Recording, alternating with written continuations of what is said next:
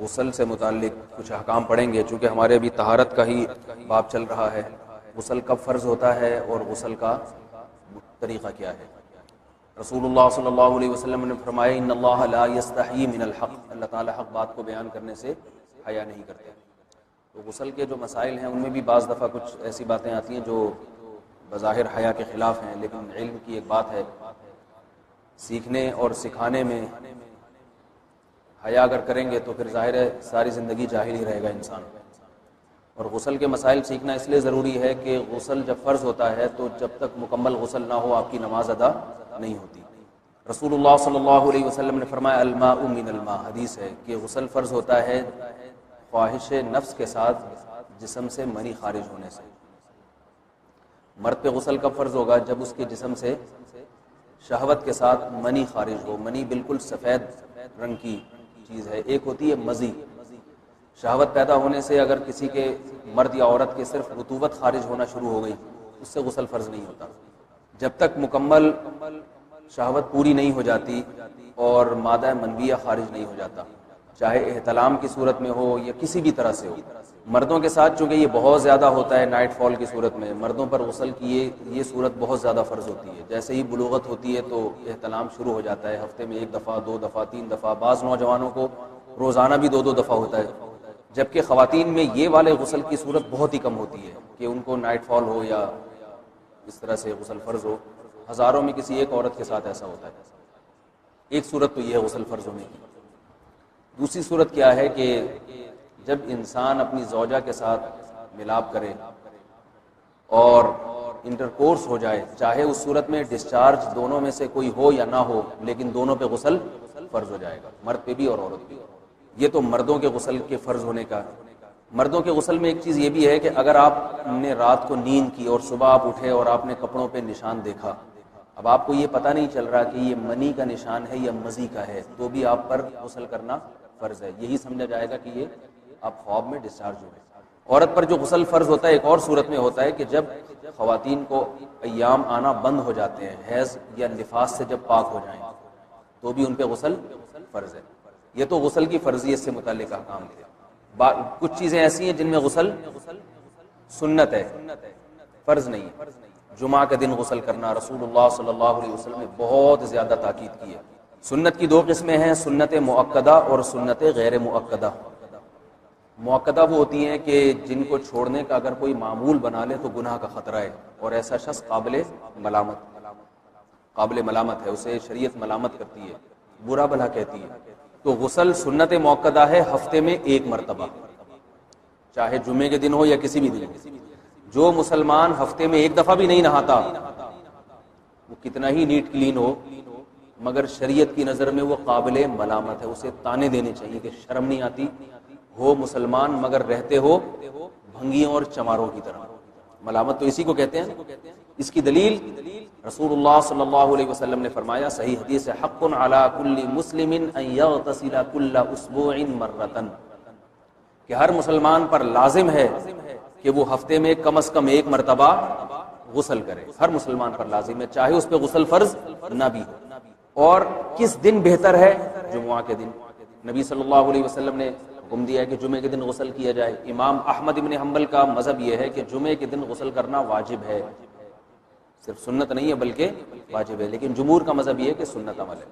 غیر مسلم جب اسلام قبول کرتا ہے تو اس وقت بھی اس کے لیے غسل کرنا سنت ہے۔ جب ہم مردے کو نہلاتے ہیں تو جو مردے کو نہلائے اس کے لیے بھی خود غسل کرنا افضل ہے، سنت عمل ہے۔ عید کے دن غسل کرنا سنت عمل ہے۔ تو یہ وہ تمام مواقع ہیں جن میں غسل کرنا رسول اللہ صلی اللہ علیہ وسلم کی سنت ہے۔ غسل کا طریقہ کیا ہے؟ غسل میں 3 چیزیں فرض ہیں، منہ بھر کے قلی کرنا، ناک میں پانی ڈالنا کہ ناک کی جو نرم جگہ ہے یہ اچھی طرح تر ہو جائے، اور پورے جسم پہ 1 مرتبہ پانی بہا دینا کہ جسم میں بال کے برابر جگہ بھی خشک نہ رہے۔ یہ تو ہے فرض، یعنی یہ کام کسی نے کسی بھی طرح سے کر لیا غسل ادا ہو جائے گا، چاہے اس کی نیت غسل کی تھی یا نہیں تھی۔ کوئی آدمی چلتا ہوا جا رہا ہے، پھسل کے تالاب میں گر گیا، پورے غوطے کھا کے باہر نکلا، قلی کر لے اور ناک میں پانی ڈال لے تو غسل اس کا ادا ہو جائے گا۔ البتہ چونکہ نیت نہیں تھی لہذا غسل کا ثواب نہیں ملے گا، ثواب نیت کے بغیر نہیں ملتا انسان. دلائل اس کے الگ موضوع ہے کہ اس کی دلیل کیا ہے کہ بغیر نیت کے بھی غسل ہو جاتا ہے، لیکن میں نے بتایا دلائل کا سیشن نہیں ہے، اس میں پھر بات لمبی ہو جائے گی. تو یہ تو ہے فرض، پورے جسم پہ پانی بہانا کلی اور ناک میں پانی. سنت طریقہ کیا ہے؟ رسول اللہ صلی اللہ علیہ وسلم غسل کیسے کرتے تھے؟ سنت طریقہ جس پہ جو اختیار کرنا چاہیے وہ طریقہ یہ ہے کہ جب آپ غسل کے لیے بیٹھیں تو سب سے پہلے وہ جگہ دھوئیں جہاں نجاست اور ناپاکی لگی ہوئی ہے. نائٹ فال ہوا، کسی کو احتلام ہوا، تو جہاں جہاں گندگی لگی ہے پہلے اس جگہ کو دھوئیں. استنجا کریں، شرمگاہ کو دھوئیں اچھی طرح. سمجھ رہے ہیں بات؟ اس کے بعد ہاتھ دھوئیں اور مکمل وضو کریں جیسے ہم عام حالات میں وضو کرتے ہیں. مکمل وضو کرنے کے بعد دائیں کندھے پہ پانی ڈالا، لیفٹ سائڈ پہ پانی ڈالا. پہلے زمانے میں تو چلو سے غسل ہوتا تھا، ہاتھ دھو لیے تو اب چلو سے پانی لے کے یہاں ڈالا جا رہا ہے، چلو سے پانی لے کے یہاں ڈالا جا رہا ہے، پورے جسم پہ ملا جا رہا ہے، اور چلو سے پانی لے کے 3 دفعہ سر پہ ڈالا جا رہا ہے. تو آج کل چلو ولو تو ہے نہیں، شاور کے نیچے جا کے کھڑے ہو جاتے ہیں. تو اس میں یہ کہ شاور کھولے اس میں کھڑے ہو جائیں، سارے چلو اس میں خود بخود ہی ہو جائیں گے، پورے جسم پہ پانی بہہ جائے گا. نبی صلی اللہ علیہ وسلم کے دور میں یہ جدید چیزیں نہیں تھی، شیمپو اور صابن. تو آپ صلی اللہ علیہ وسلم بیری کے پتوں سے غسل کی ترغیب دیا کرتے تھے. بیری کے پتوں کو اگر پانی میں پکایا جائے تو پانی میں میل کچیل صاف کرنے کی صلاحیت بہت بڑھ جاتی ہے. ہمارے زمانے میں اس تکلف کی ضرورت نہیں ہے، صابن ملتے ہیں اس سے نہایا کریں. بہرحال کہنے کا مقصد یہ آپ لوگوں سے تو یہ سنت طریقے سے غسل ہو جائے گا. آپ سمجھ رہے ہیں بات کو؟ سب سے پہلے استنجا کیا، اس کے بعد وضو کر لیا، اس کے بعد غسل کر لیا. اگر کسی نے غسل میں وضو نہیں کیا اور ویسے ہی پورے جسم پہ پانی بہا دیا تو بھی اس کا وضو خود بخود ہو جائے گا. اس غسل سے وہ نماز پڑھ سکتا ہے، کیونکہ بعض لوگ غسل کرنے کے بعد دوبارہ وضو کر رہے ہوتے ہیں. اس کی ضرورت نہیں ہے، کیونکہ جب غسل کرتے ہیں تو وضو والے اعضاء تو خود بخود اس میں دھل جاتے ہیں. یہ ہے غسل کا طریقہ. وضو کیسے ٹوٹتا ہے؟ جن چیزوں سے غسل فرض ہوتا ہے ان چیزوں سے وضو تو بہرحال ٹوٹتا ہی ہے. اس کے علاوہ بھی وضو ٹوٹتا ہے. اس سے پچھلے لیکچر میں نے کچھ تفصیل بتائی تھی کہ نجاست جسم سے کہیں سے بھی خارج ہو جائے یا نجاست نکل کے بہہ پڑے. اگر قضائے حاجت کی جگہوں سے نجاست خارج ہوئی ہے تو نظر بھی آ جائے وضو ٹوٹ جائے گا، اور قضائے حاجت کے علاوہ جگہوں سے اگر نجاست خارج ہوئی ہے، خون وغیرہ ہے جیسے، تو جب تک نکل کے بہے گا نہیں تو اس وقت تک وضو نہیں ٹوٹے گا. سمجھ رہے ہیں بات کو؟ وضو کا طریقہ کیا ہے؟ سب سے پہلے دونوں ہاتھوں کو دھویا جائے، 3 دفعہ کلی کی جائے، مسواک کی جائے، 3 دفعہ ناک میں پانی ڈالا جائے. پھر پورے چہرے کو، پیشانی یہ جو ہے جہاں سے پیشانی ہماری شروع ہو رہی ہے اور تھوڑی کے نیچے تھوڑی جہاں ختم ہو رہی ہے، اور ایک کان کی لو سے دوسرے کان کی لو تک 4 اعضاء ہیں وضو میں دھونا فرض ہیں. 1 چہرہ، نمبر 2 بازو، نمبر 3 سر کا مسا، چوتھائی سر، اور نمبر 4 پاؤں کو دھونا. اس کی دلیل قرآن مجید کی مشہور آیت ہے فَاغْسِلُوا وُجُوهَكُمْ وَأَيْدِيَكُمْ إِلَى الْمَرَافِقِ. اللہ فرماتے ہیں ایمان والو جب نماز کا ارادہ ہو تو اپنے چہروں کو اور اپنے ہاتھوں کو دھو، سر کا مسا کرو اور پاؤں کو ٹخنوں سمیت دھو. دھونے کا حکم ہے قرآن مجید میں. البتہ سر کے بارے میں یہ نہیں ہے پورے سر کا مسا کرو، بلکہ آ رہا ہے وَامْسَحُوا بِرُؤُوسِكُمْ. با کا لفظ ہے، با آتی ہے تبعیض کے لیے کہ سر کے بعض حصے کا مسا. اب بعض حصے کا قرآن حدیث میں کہیں تذکرہ نہیں ہے، تو اس میں فقہاء کرام کے اجتہادات ہیں. امام شافعی فرماتے ہیں تھوڑا سا بھی ٹچ کر لیا سر کو ہو جائے گا. امام ابو حنیفہ فرماتے ہیں نہیں، کم از کم 1/4 کا ہونا ضروری ہے. سب کے اپنے اپنے دلائل ہیں، ان دلائل میں نہیں جاتا. فقہ حنفی کو جو فالو کرنے والے ہیں تو ان کو چاہیے کم از کم 1/4 سر کا مسا.